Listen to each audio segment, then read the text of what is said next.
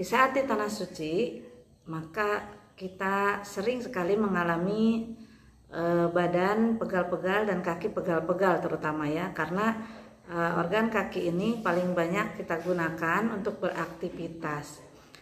Kaki merupakan bagian tubuh yang paling capek, karena bagaimana tidak, kaki ini harus berjalan berkilo-kilometer setiap harinya untuk ke masjid dan kembali ke hotel serta ke tempat-tempat yang lainnya. Nah, bagi sebagian orang yang tidak terbiasa untuk berjalan kaki, pastinya akan mengalami shock atau kondisi kaget di kakinya. Lalu bagaimana tips supaya kita bisa mengatasi pegal-pegal kaki atau kaki yang kaku, sakit, kram dan lain sebagainya? Berikut Umi sampaikan di video kali ini, silahkan disimak. Jangan lupa dukung dengan like, share, dan komen serta subscribe bagi yang baru bergabung.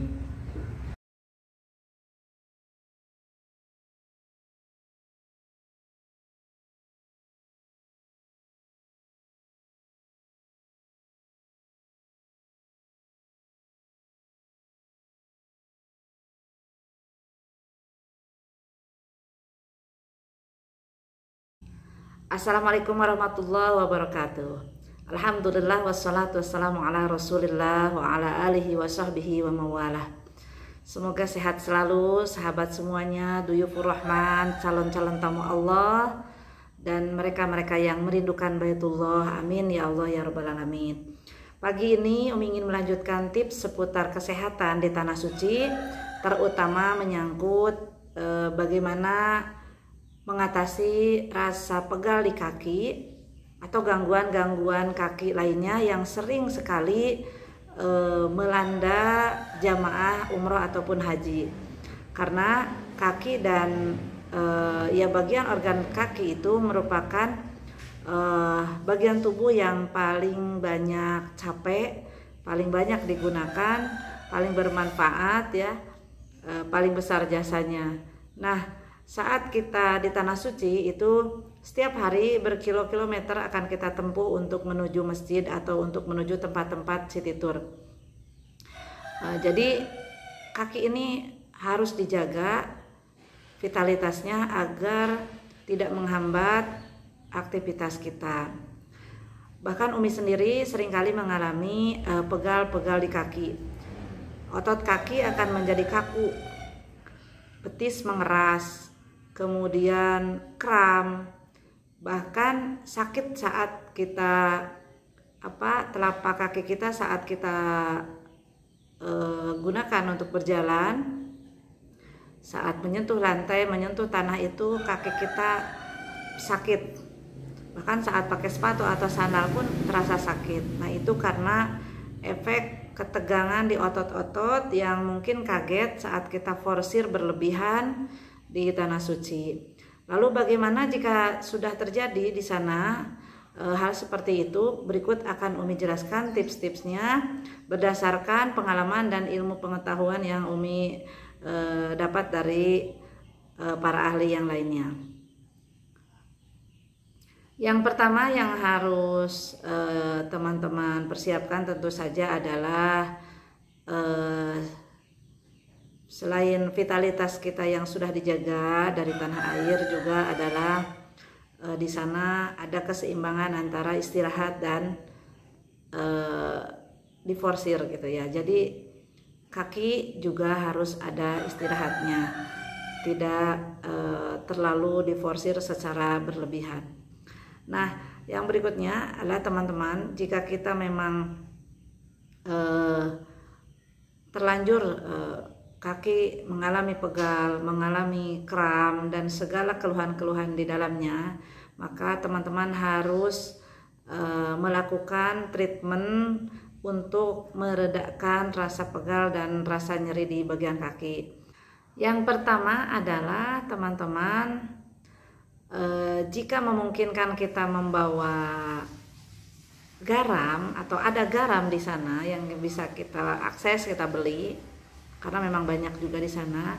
kita bisa merendam kaki kita selama 10-15 menit dengan air garam ya. Airnya hangat ya teman-teman. Nah itu bisa direndam kaki kita, telapak kakinya. Tujuannya untuk relaksasi, merilekskan otot-otot yang tegang di kaki kita. Itu bisa dilakukan di jeda kita beristirahat di kamar atau sebelum kita tidur. Nah, yang kedua, jika memang tidak ada air garam, kita juga bisa melakukan terapi dengan air hangatnya saja.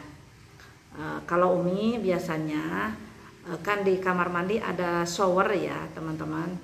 Nah, di shower itu kita pasang air yang agak panas ya.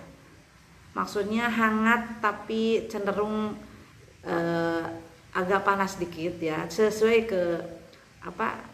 sesuaikan aja dengan kemampuan kita merespon panas itu ya. Tapi maksudnya bukan hangat kuku tapi agak panasan dikit. Kalau Umi seperti itu. Lalu dengan shower itu dengan shower itu kita semprotkan ke kaki ya. Kita semprotkan seperti ada efek ditotok sama air panas. Kalau Umi seperti itu, disemprot agak keras ke kaki dan berulang-ulang atas bawah seperti itu. Begitupun dengan telapak kakinya.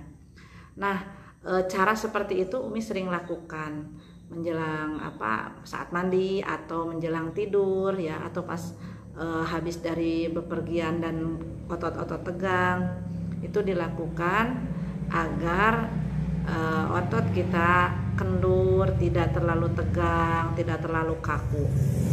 Biasanya bagi Umi sih cukup efektif ya di totok atau diterapi dengan air panas. Selanjutnya adalah teman-teman bisa lakukan juga pijatan-pijatan lembut menggunakan lotion atau menggunakan minyak urut ya, atau minyak-minyak herbal lainnya. Makanya itu juga penting untuk dibawa. Silahkan mau bawa minyak apa yang kira-kira itu akan membuat sendi-sendi dan otot-otot kita lebih rileks dan bisa normal lagi seperti sedia kala. Lalu selanjutnya adalah dengan melakukan peregangan otot dengan gerakan-gerakan kaki, yaitu coba teman-teman kalau kebanyakan jalan atau kebanyakan duduk dilipat saat sholat, saat dzikir mungkin ya. Nah coba selonjorkan dengan rileks ya, selonjorkan dengan rileks kakinya sambil dipijat-pijat tadi. Berilah waktu untuk kaki kita beristirahat. Jadi jangan terlalu lama di posisi berdiri maupun duduk. Coba diselonjorkan sambil dipijat-pijat. Nah, yang berikutnya adalah dengan melatih otot kaki.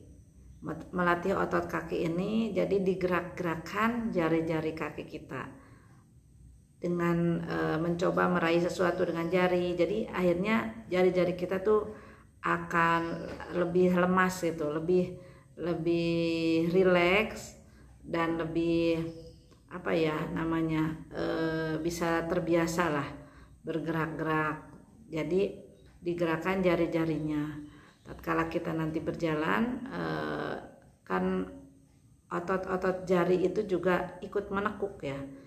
Itu terjadi pada Umi pada saat Umi sa'i, dimana saking lelahnya kaki sampai tidak bisa ditekuk ya, tidak bisa begini. Jadi ruas jari-jari pun sakit sekali. Nah, itu biasanya karena kita tidak terbiasa melatih otot-otot jari kaki ya. Kemudian selanjutnya teman-teman tentu saja jangan lupa dan jangan dilepaskan yang namanya suplemen karena itu sangat penting untuk vitalitas tubuh kita secara umum. Suplemen apa saja ya terserah teman-teman. Kalau Umi bawa madu, minum madu setiap hari, minum susu kambing setiap hari, minum air zam-zam juga setiap hari, kemudian juga membawa obat-obatan dan suplemen yang dibutuhkan. Nah, itu teman-teman pengalaman Umi terkait dengan mengatasi rasa pegal di kaki ya. Jika ada yang mau menambahkan, silahkan ditambahkan di kolom komentar ya. Terima kasih yang suka komen, yang sharing ya. Mudah-mudahan Anda semua yang akan berangkat dimudahkan, disehatkan oleh Allah Subhanahu wa taala. Doakan juga Umi bersama rombongan insya Allah akan berangkat di pertengahan Februari bulan depan ya. Semoga semuanya lancar, apapun kondisi cuaca, apapun kondisi